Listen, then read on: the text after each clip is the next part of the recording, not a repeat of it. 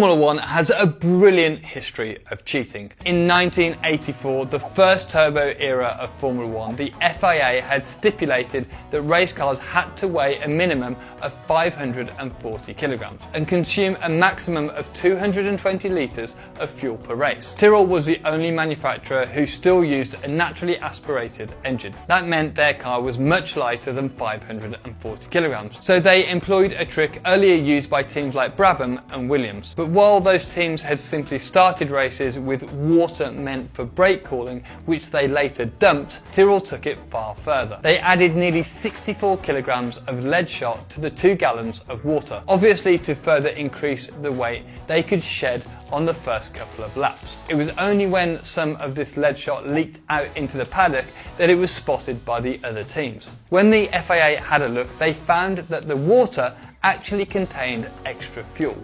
More specifically, some of it was actually the highly toxic rocket fuel called toluene. Tyrrell was slammed with a number of charges and disqualified from the 1984 World Championship. But that certainly wasn't the last that we saw an F1 team draw inspiration from another. Racing Point turned up in Barcelona in 2020 with a front wing that looked like a carbon copy of Mercedes' championship winning car of 2019. They were nicknamed the Pink Mercedes and Racing Point, but the FIA weren't too amused. They fined Racing Point €400,000 and docked 15 constructors' points for copying Mercedes' brake duct design instead of designing it in-house. But really, that sounds like getting away with it and a slap on the wrist and some pocket change in fines compared to our next F1 cheat. The biggest of them all, Spygate, was one of the worst scandals in the history of the sport. And while you may have heard about this, the best bit is how they got caught. Ferrari officials were stunned when one day they received a random phone call from a photocopy shop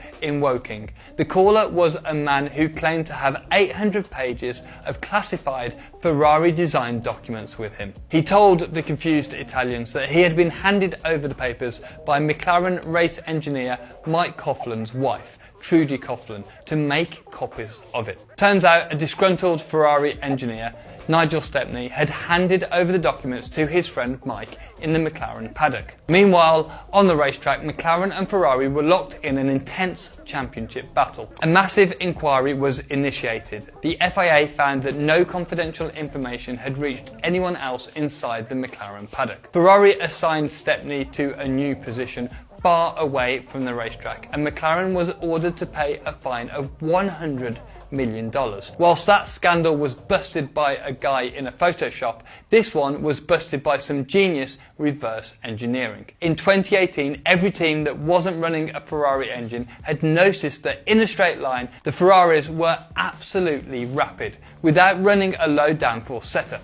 Teams had long since suspected that Ferrari was somehow cheating, but no one could actually prove how. To give you a bit of context, if you don't remember, in 2019 the FIA began monitoring the rate of fuel flow into the engines of the cars. This effectively kept their power in check. These sensors would measure the rate of fuel flowing into the engine 2,200 times a second to cap it at 100 kilograms an hour, or 27.8 grams a second. And what Ferrari did to outsmart the system was genius. It gives us an idea of the kind of performance margins that engineers at this level try to deal with. Ferrari managed to program their fuel pumps to outsmart the sensors, so that when the sensor was measuring fuel flow, it was within the limit. However, in every small interval of time that the sensor wasn't measuring the fuel flow, the pump was squeezing in more fuel than legally permitted. That basically means that every 0.45 milliseconds when the sensor wasn't looking, the Ferrari engine was having a quick gulp. But the best part is yet to come. By 2019, Red Bull guessed that this was probably how Ferrari was beating the system.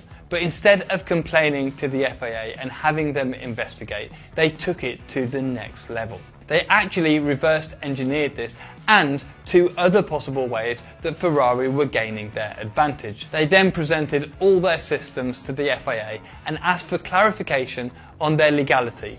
And that's not all. On scrutinising Charles Leclerc's car, they found that in addition to beating the fuel flow rate sensors, Ferrari were using the intercoolers to inject controlled amounts of oil into the combustion chamber to achieve additional bursts of power. Unsurprisingly, the FIA outlawed it, and Ferrari suddenly saw a massive dip in form in the championship.